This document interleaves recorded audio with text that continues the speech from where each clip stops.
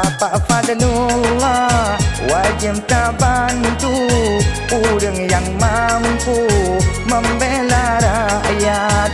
Dengan Gerindra Tanyo bersatu, Aceh bermaju bukan martabat. Pilih-pilih rakan jero yang bersagai paling. Mari Tanyo mentem-tem demi untuk bangsa. Ke DPR RI tetap Fadlullah, Fadlullah, Fadlullah, Aliyah Defat.